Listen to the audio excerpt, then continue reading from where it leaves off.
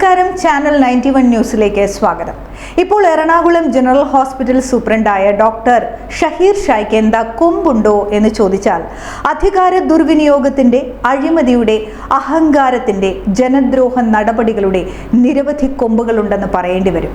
രാജ്യത്തിലെ ഒരു നിയമവ്യവസ്ഥയ്ക്കും മുറിക്കാൻ കഴിയാത്ത വിധം ആ കൊമ്പുകൾ വളർന്നു നിൽക്കുന്നു. ഇനി ഞാനൊരു ഗവൺമെന്റ് കുറ്റാരോപണ മെമ്മോ വായിക്കാം. പുനലൂർ താലൂക്ക് ആശുപത്രി സൂപ്രണ്ടായ ഡോക്ടർ ഷഹീർ ഷായുടെ പേരിലുള്ള കുറ്റാരോപണ മെമ്മോ. ഡോക്ടർ ഷഹീർ ഷാ എന്ന താങ്കൾ കൊല്ലം പുനലൂർ താലൂക്ക് ആശുപത്രി സൂപ്രണ്ടായി ജോലി നോക്കി വരവെ സർക്കാർ പൊതുജനാരോഗ്യ സംരക്ഷണ പദ്ധതിയുടെ പ്രയോജനം പൊതുജനങ്ങൾക്ക് നിഷേധിക്കുന്ന സമീപനം താങ്കളുടെ ഭാഗത്തു നിന്നും ഉണ്ടായിട്ടുണ്ടെന്ന് ബോധ്യപ്പെടുന്നതായി ആരോഗ്യ വകുപ്പ് ഡയറക്ടർ റിപ്പോർട്ട് ചെയ്യുകയുണ്ടായി. സർക്കാർ ഉദ്യോഗസ്ഥൻ എന്ന നിലയിൽ ഇത് താങ്കളുടെ ഭാഗത്തു നിന്നുള്ള കൃത്യവിലോപവും കടുത്ത ശിക്ഷ അർഹിക്കുന്ന കുറ്റവുമാണ്. താങ്കൾക്ക് ഇക്കാര്യത്തിൽ എതിർവാദങ്ങളൊന്നും ബോധിപ്പിക്കാനില്ല എന്ന നിഗമനത്തിൽ തുടർ നടപടി സ്വീകരിക്കുന്നതാണ്. പുനലൂർ താലൂക്ക് ആശുപത്രിയിൽ ചികിത്സ നിഷേധിച്ചതായി ശ്രീമതി സന്ധ്യ ബഹുമാനപ്പെട്ട ആരോഗ്യ വകുപ്പ് മന്ത്രിക്ക് നൽകിയ പരാതിയിൽ ഇയാളുടെ മാതാവായ ശ്രീമതി രമണിയെ KASP പദ്ധതിയിൽ ഉൾപ്പെടുത്തി മുട്ടുമാറ്റിവെക്കൽ ശസ്ത്രക്രിയയ്ക്കായി പുനലൂർ താലൂക്ക് ആശുപത്രിയിൽ 13/6/2022 തീയതിയിൽ പ്രവേശിപ്പിച്ചെന്നും എന്നാൽ പദ്ധതി പ്രകാരം ചികിത്സ നടത്തുന്നില്ല എന്നും കാശുണ്ടെങ്കിൽ സർജറി ചെയ്താൽ മതി എന്നും ആശുപത്രി സൂപ്രണ്ടായിരുന്ന ഡോക്ടർ ഷഹീർ ഷാ പറഞ്ഞതായും ആശുപത്രി മേലധികാരികൾക്ക് യോജിക്കാത്ത തരത്തിലുള്ള സൂപ്രണ്ടിന്റെ പെരുമാറ്റം മാനസികമായി തളർത്തിയതായും വ്യക്തമാക്കുകയുണ്ടായി.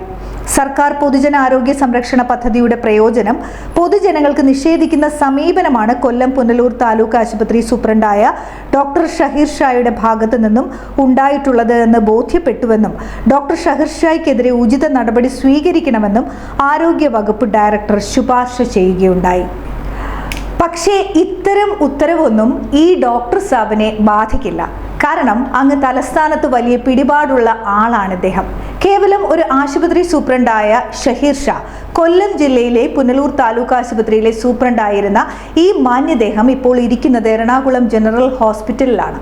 പദവിക്ക് ഒരു കോട്ടവും സംഭവിച്ചിട്ടില്ല, സൂപ്രണ്ട് തന്നെയാണ്.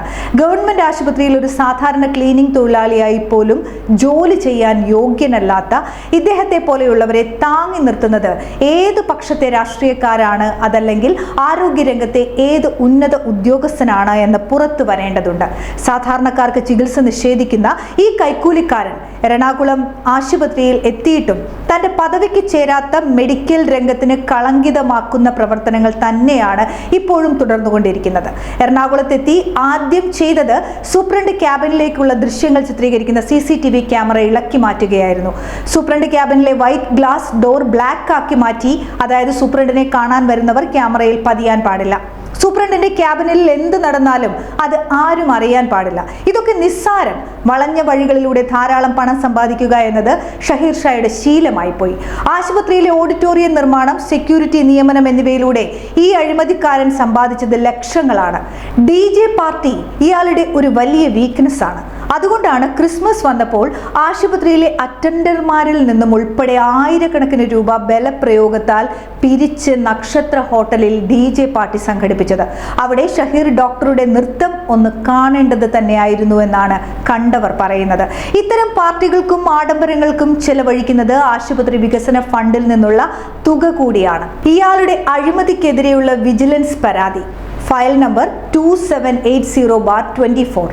പരാതികൾ ഇയാൾക്ക് വളരെ നിസ്സാരം. അതിന് മറ്റൊരു ഉദാഹരണം പറയാം. സംസ്ഥാനത്തെ പല ജില്ലകളിലുമുള്ള ഗവൺമെന്റ് ആശുപത്രികളിലെ ഡോക്ടർമാരെ സ്ഥലം മാറ്റിക്കൊണ്ടുള്ള നിയമന ഉത്തരവ്. അതിന് അനുബന്ധമായി എറണാകുളം ജനറൽ ഹോസ്പിറ്റലിൽ നിന്നും 2 ഡോക്ടർമാർക്ക് സ്ഥലം മാറ്റമുണ്ടായി. Doctor Anoop Krishnan, doctor Saji Mathew.